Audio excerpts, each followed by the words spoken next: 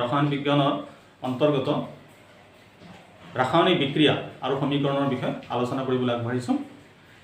আজিৰ আলোচনাৰ বিষয়বস্তুসমূহ হ'ল যোগাত্মক বিক্ৰিয়া কম্বিনেশ্যন ৰিয়েকশ্যন, তাৰপিছত বিয়োজন বিক্ৰিয়া ডিকম্পোজিশ্যন ৰিয়েকশ্যন, অপহৰণ বিক্ৰিয়া ডিছপ্লেচমেণ্ট ৰিয়েকশ্যন আৰু ডি অপহৰণ বিক্ৰিয়া ডাবল ডিছপ্লেচমেণ্ট ৰিয়েকশ্যন আৰু অৱশেষত আমি চাম অধক্ষেপণ বিক্রিয়া প্রেসিপিটেশন রিয়েকশন। তো আমার প্রথমতে আমি আগর আমি যিখিনি শিকিছো রাসায়নিক পরিবর্তন শিকিছো। রাসায়নিক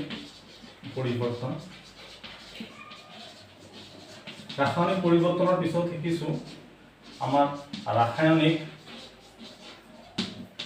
বিক্রিয়া,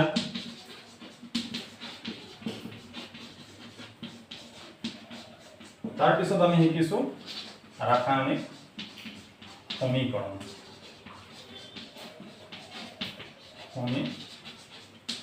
রাসায়নিক সমীকরণ এই তিনিটা কিয় লেখা হল? এই তিনিটাৰ সহায়ত আমি ইজিলি মনত ৰাখিব পাৰি, মলা গাঁথাৰ দৰে এইটো গাঁঠি মনত ৰাখিব পাৰি। কেনেকৈ চেনেলাইজ কৰি ৰাখিলে, চেনেলাইজ কৰি যদি আমি মনত ৰাখিব পাৰোঁ, বহুদিন মনত ৰাখিব পৰা যায়। তো কেনেকুৱা আমাৰ এইটো মনত ৰাখিবলৈ সুবিধা যে ৰাসায়নিক পৰিৱৰ্তন কি? যি পৰিৱৰ্তনৰ নতুন পদাৰ্থৰ সৃষ্টি হয় তাকে কোৱা হয় ৰাসায়নিক পৰিৱৰ্তন। যেনেকৈ লোদ মামৰি ধৰা এটা ৰাসায়নিক পৰিৱৰ্তন, খাদ্যবস্তুৰ হজম প্ৰক্ৰিয়াটো এটা ৰাসায়নিক পৰিৱৰ্তন হয়। এতিয়া নেক্সট 2 নম্বৰ কি? ৰাসায়নিক বিক্ৰিয়া। এই ৰাসায়নিক পৰিৱৰ্তন ঘটা যিটো প্ৰক্ৰিয়া বা পদ্ধতি, এই ৰাসায়নিক পৰিৱৰ্তন ঘটা পদ্ধতি বা প্ৰক্ৰিয়াটোকে কোৱা হয় আমাৰ ৰাসায়নিক বিক্ৰিয়া বুলি কোৱা হয়। তো আমাৰ লোদ মামৰি ধৰা এটা ৰাসায়নিক বিক্ৰিয়া হয়। আমাৰ চূণশিল উত্তপ্ত কৰিলে আমাৰ কেলছিয়াম অক্সাইড আৰু কাৰ্বন ডাই অক্সাইড উৎপন্ন হয়। এইবিলাক আমাৰ ৰাসায়নিক বিক্ৰিয়া হয়। কয়লাৰ দহন ঘটিলে কাৰ্বন ডাই অক্সাইড উৎপন্ন হয়, এইটো এটা ৰাসায়নিক বিক্ৰিয়া হয়। এতিয়া ৰাসায়নিক বিক্ৰিয়া আমাৰ সংক্ষেপতে ভাষাত দেখিবলৈ হ'লে দীঘলীয়া হয়, সংক্ষেপতে শব্দ সমীকৰণ সহায়ত দেখিব পাৰি। আৰু শব্দ সমীকৰণবিলাক যদি আমি অৰ্থাৎ ৰাসায়নিক বিক্ৰিয়া এটাক যদি মৌলিক পদাৰ্থৰ চিহ্ন আৰু সংকেতৰ সহায়ত যদি প্ৰকাশ কৰা হয় সেইবোৰকে কোৱা হয় আমাৰ ৰাসায়নিক সমীকৰণ। অৰ্থাৎ চিহ্ন আৰু সংকেতৰ দ্বাৰা যি সমীকৰণ ব্যৱহাৰ কৰা হয় তাকে কোৱা হয় ৰাসায়নিক সমীকৰণ। আজি আমি শিকি আছোঁ ৰাসায়নিক সমীকৰণৰ প্ৰকাৰৰ বিষয়ে আমি শিকিম। ৰাসায়নিক সমীকৰণৰ প্ৰথম আমি আগবঢ়িছোঁ 1 নম্বৰ সংযোজন বিক্ৰিয়া।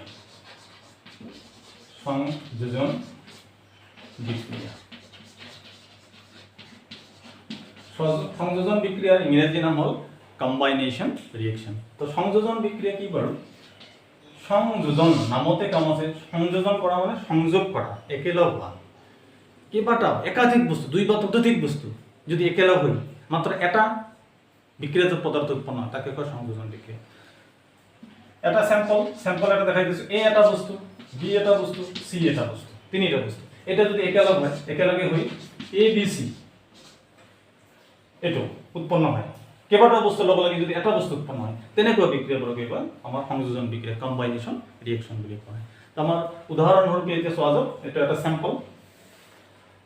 যেনেকৈ আমাৰ কেলছিয়াম অক্সাইডৰ যদি আমাৰ লগত পানী যোগ কৰা হয় তেনেহ'লে এই দুটাৰ মাজত বিক্ৰিয়া ঘটি আমাৰ কেলছিয়াম হাইড্ৰক্সাইড উৎপন্ন হয়। এইটো এটা আমাৰ সংযোজন বিক্ৰিয়া। কেলছিয়াম CaO, কেলছিয়াম অক্সাইড, এইটো পানী H2O, এই দুটাৰ মাজত আমাৰ কেলছিয়াম অক্সাইড আমি বজাৰৰ পৰা যিটো চূণ আনো এইটো ইয়াত আমাৰ যদি পানী দিওঁ আমাৰ বুৰবুৰণি উঠি তাপ উৎপন্ন হয় আৰু লগতে আমাৰ কেলছিয়াম হাইড্ৰক্সাইড উৎপন্ন হয়। তো এইটো হ'ল আমাৰ বিক্ৰিয়া পদাৰ্থ বুলি কয়। বিক্ৰিয়া পদাৰ্থ ইংলিছত কোৱা হয় ৰিয়েকটেন্ট। আৰু এইটো হ'ল আমাৰ বিক্ৰিয়াজাত পদাৰ্থ। যেটো নতুন পদাৰ্থ উৎপন্ন হয় তাৰ কোৱা হয় বিক্ৰিয়াজাত পদাৰ্থ। ইংলিছত কোৱা হয় আমাৰ প্ৰডাক্ট বুলি কোৱা হয়।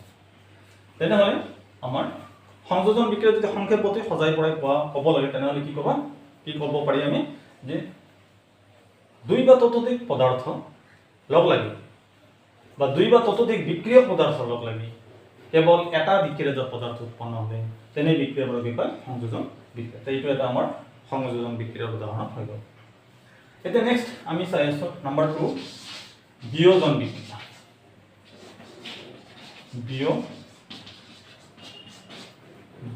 বিযোজন বিক্ৰিয়া বা বিয়োজন বিক্ৰিয়া। বিযোজন বিক্ৰিয়াৰ ইংৰাজী নাম হ'ল ডিকম্পোজিশন ৰিয়েকশন,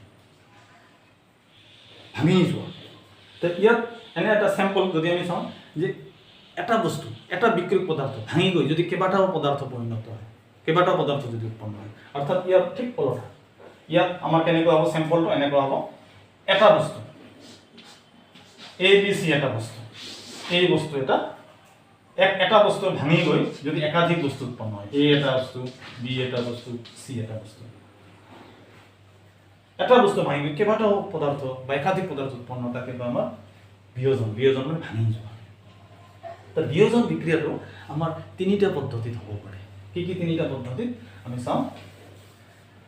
আমাৰ এইটো তাপৰ প্ৰভাৱত হ'ব পাৰে। বিয়োজন বিক্ৰিয়া তিনিটা ভাগত ভগোৱা হৈছে। আমাৰ এটা হ'ল তাপৰ প্ৰভাৱত ঘটা বিক্ৰিয়াকে কয় তাপ বিয়োজন বিক্ৰিয়া, থাৰ্মেল ডিকম্পোজিশন। আৰু বিদ্যুতৰ প্ৰভাৱত ঘটা বিয়োজনক কয় বিদ্যুৎ বিয়োজন বিক্ৰিয়া, আমাৰ ইলেক্ট্ৰোলাইটিক ডিকম্পোজিশন। আৰু পোহৰৰ উপস্থিতিত পোহৰৰ প্ৰভাৱত ঘটা বিক্ৰিয়াকে কয় আমাৰ পোহৰ বিয়োজন বিক্ৰিয়া বা আমাৰ ফটোলাইটিক ডিকম্পোজিশন বুলি কোৱা হয়। এতিয়া আমাৰ নাম এটা লিখি দিছো এবাৰ। তাৰ এক নম্বৰ হ'ল আমাৰ তাপ বিয়োজন বিক্ৰিয়া, তাপ বিয়োজন বিক্ৰিয়া।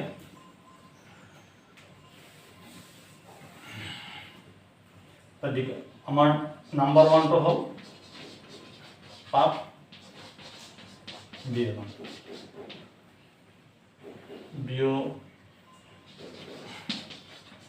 তাপ বিয়োজন বিক্ৰিয়া।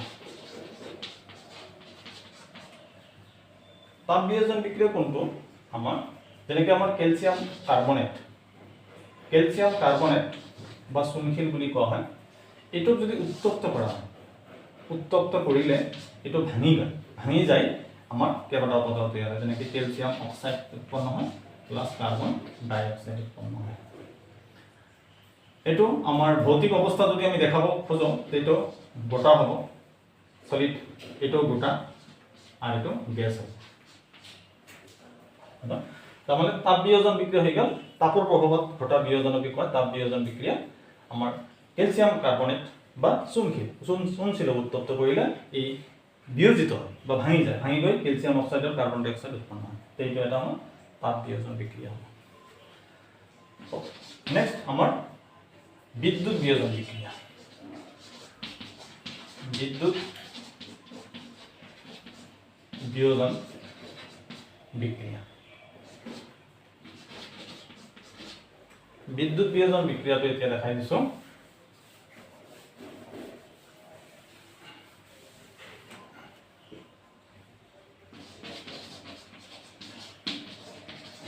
বিদ্যুৎ বিয়োজন বিক্ৰিয়া, ইলেক্ট্ৰোলাইটিক ডিকম্পোজিশন। ইয়াত সবতকৈ ভাল এটা উদাহৰণ হ'ল পানী, ওয়াটাৰ বুলি কয়। পানীৰ অণুটো বা পানীৰ কণিকা আমাৰ এইটো ইয়াৰ বিদ্যুৎ বিশ্লেষণ ঘটালে আমাৰ কি উৎপন্ন হয়, এইটো ভাঙি যায়, ভাঙি গৈ আমাৰ এইটো বিদ্যুৎ প্ৰবাহ যদি পঠাই দিয়া হয় এইটো ভাঙি যায়, ভাঙি গৈ কি হয় আমাৰ হাইড্ৰোজেন উৎপন্ন হয় আৰু অক্সিজেন উৎপন্ন হয়। এইটো গেছ, এটা হাইড্ৰোজেন গেছ হয় আৰু এটা অক্সিজেন গেছ উৎপন্ন হয়। এইটো হ'ল লিকুইড পানী। ভৌতিক অৱস্থা যদি দেখাম এটা এল হ'ব, ইয়াত জি হ'ব গেছ, ইয়াত জি হ'ব। এতিয়া অক্সিজেন ইয়াত এটা আছে, এটা 2 দিব লাগিব, হাইড্ৰোজেন দুটা হ'ল 4টা হৈ গ'ল। অক্সিজেনৰ 2 দিয়াত হাইড্ৰোজেন 4টা হৈ গ'ল, ইয়াত হাইড্ৰোজেন দুটা আছে, ইয়াত 2 দিব লাগিব। এইটো এটা আমাৰ তাপ বিয়োজন বিক্ৰিয়া হৈ গ'ল। এটা তাপ বিয়োজন বিক্ৰিয়া কাক কয়, আমাৰ তাপৰ প্ৰভাৱত ঘটা বিয়োজন বিক্ৰিয়া কি কয়, তাপ বিয়োজন বিক্ৰিয়া।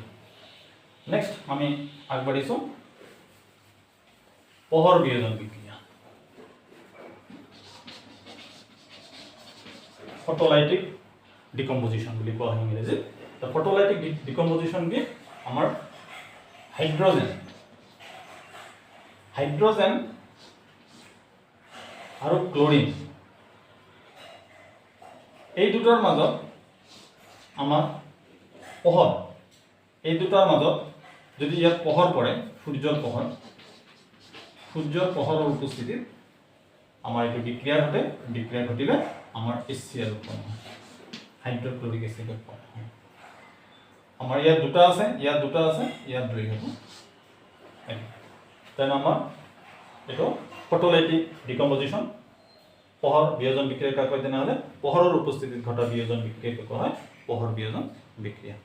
ইয়াত নেক্সট আমি ইয়াত এটা কুৱেশ্যন আছে অনুশীলনীত যে আমাৰ সংযোজন বিক্ৰিয়া আৰু বিয়োজন বিক্ৰিয়া ওলোটা কেনেকৈ? তো ইয়াত সংযোজন বিক্ৰিয়া আছে, মই বিয়োজন বিক্ৰিয়াটো আকৌ এবাৰ লিখি দিছোঁ। বিয়োজন বিক্রিয়া কি ইয়ার ওলোটা calcium carbonate suppose CaCO3 calcium carbonate এটা উত্তপ্ত করিলে এটা ভাঙি যায়, ভাঙি গৈ ক্যালসিয়াম অক্সাইড হয় আর কার্বন ডাই অক্সাইড হয়। ইয়াত দেখা গ'ল কি যদি ভালকৈ চাওঁ সংযোজন বিক্রিয়াত কি হ'ল আমাৰ দুই বা ততোধিক বিক্রিয়ক পদার্থ লগ লাগে কেবল এটা বিক্রিয়ক পদার্থ উৎপন্ন হয়। আনহাতে বিয়োজন বিক্রিয়া বা বিযোজন বিক্রিয়াত কি হয় কেবল এটা বিক্রিয়ক পদার্থ ভাঙি গৈ একাধিক বা দুই বা ততোধিক বিক্রিয়ক পদার্থ উৎপন্ন হয়। সেইকাৰণে দেখা গ'ল ইহঁত পৰস্পৰ বিপৰীত, সেইকাৰণে সংযোজন বিক্ৰিয়া বিয়োজন বিক্ৰিয়া বিপৰীত বিক্ৰিয়া বা বিয়োজন বিক্ৰিয়া সংযোজন বিক্ৰিয়া বিপৰীত বিক্ৰিয়া বুলি কোৱা হয়। তো নেক্সট আমি আগবাঢ়িছোঁ অপহৰণ বিক্ৰিয়ালৈ আগবাঢ়িছোঁ। অপহৰণ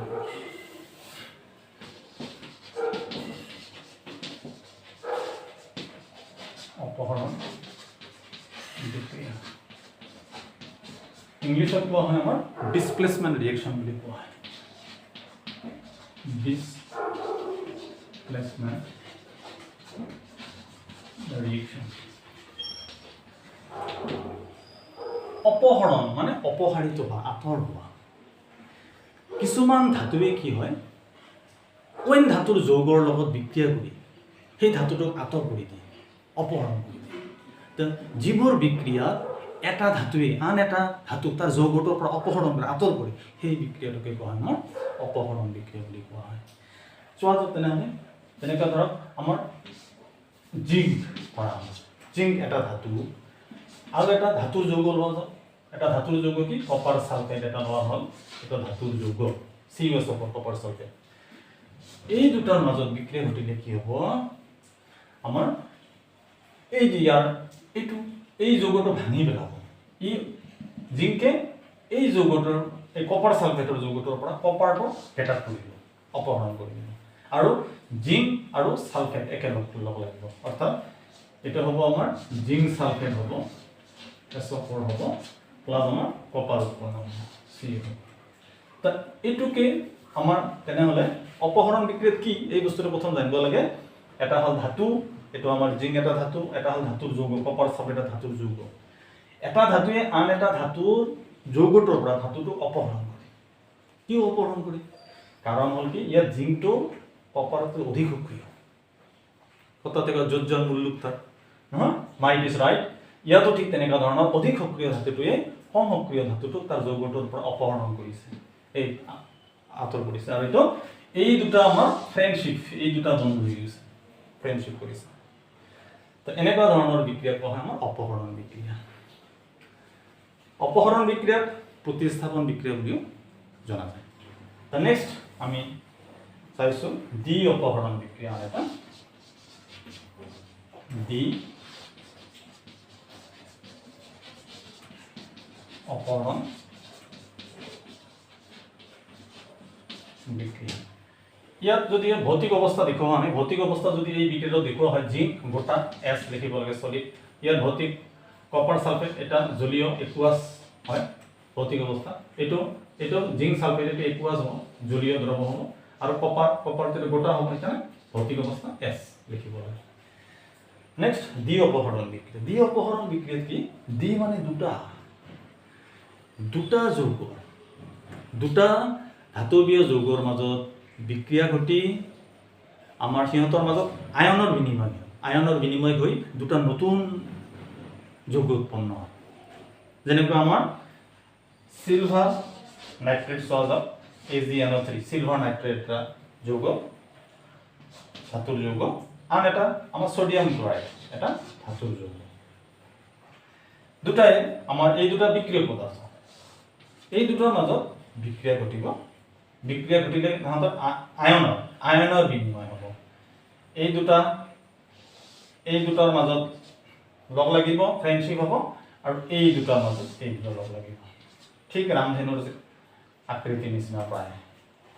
ইয়াত তেনেহ'লে ইয়াত সিলভাৰ আৰু ক্লৰিন লগ লাগিলে আমাৰ সিলভাৰ ক্লৰাইড AgCl উৎপন্ন হ'ব, আৰু লগতে আমাৰ সোডিয়াম নাইট্ৰেট উৎপন্ন হ'ব, NaNO3। তো ইয়াত দেখা গ'ল কি যিবোৰ বিক্ৰিয়া দুটা বিক্ৰিয়ক পদাৰ্থৰ মাজত আয়নৰ বিনিময় ঘটি দুটা নতুন বিক্ৰিয়াজাত পদাৰ্থ বা যৌগ উৎপন্ন কৰে, তাকে কোৱা হয় দ্বি অপহৰণ বিক্ৰিয়া। এইটো এটা দ্বি অপহৰণ বিক্ৰিয়াৰ উদাহৰণ। সিলভাৰ নাইট্ৰেট আৰু সোডিয়াম ক্লৰাইডৰ মাজত বিক্ৰিয়া ঘটিলে সিহঁতৰ মাজত আয়নৰ বিনিময় ঘটি আমাৰ সিলভাৰ ক্লৰাইড আৰু সোডিয়াম নাইট্ৰেট উৎপন্ন হয়। এইটো আমাৰ হৈ গ'ল। এতিয়া আমাৰ এটা অনুশীলনী কোৱেশ্চন আছে, অপহৰণ আৰু দ্বি অপহৰণ বিক্ৰিয়াৰ মাজত পাৰ্থক্য কি আছে, এই দুটা আমি অকণমান চাইছোঁ। এক নম্বৰ পাৰ্থক্য, সূত্ৰটো এটা পাৰ্থক্য হৈছে যে অপহৰণ বিক্ৰিয়া হ'ল কি, এক নম্বৰ পাৰ্থক্য, অপহৰণ বিক্ৰিয়াত এটা ধাতুৱে আন এটা ধাতুক তাৰ যৌগটোৰ পৰা আঁতৰ কৰে। আনহাতে দ্বি অপহৰণ বিক্ৰিয়াত আমাৰ দুটা যৌগই দুটা বিক্ৰিয়ক পদাৰ্থৰ মাজত আয়নৰ বিনিময় ঘটি দুটা নতুন বিক্ৰিয়াজাত পদাৰ্থ উৎপন্ন হয়। নাম্বাৰ 2, অপহৰণ বিক্ৰিয়া আমাৰ বিক্ৰিয়ক পদাৰ্থ দুটাৰ এটা হ'ল ধাতু, আন এটা হ'ল ধাতুৰ যৌগ। আনহাতে আমাৰ দ্বি অপহৰণ বিক্ৰিয়াত বিক্ৰিয়ক পদাৰ্থ দুটা দুটাই ধাতৱীয় যৌগ হয়। আমাৰ এই দুটাৰ পাৰ্থক্য মনত ৰাখিলে হ'ল।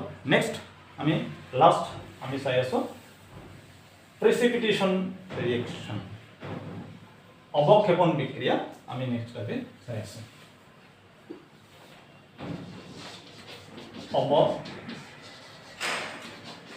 অধক্ষেপণ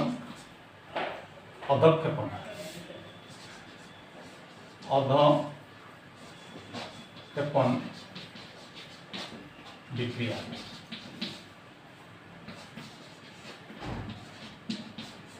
কি বিক্ৰিয়া? অধক্ষেপণ বিক্ৰিয়া, প্ৰেচিপিটেশ্যন ৰিয়েকশ্যন।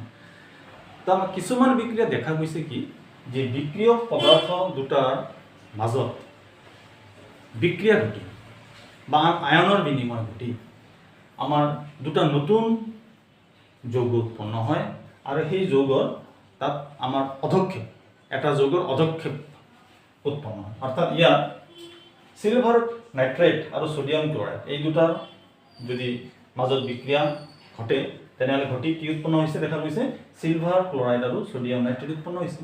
ইয়াত এই বিক্ৰিয়াটো আমাৰ সিলভাৰ ক্লৰাইডৰ অধক্ষেপ উৎপন্ন হয়।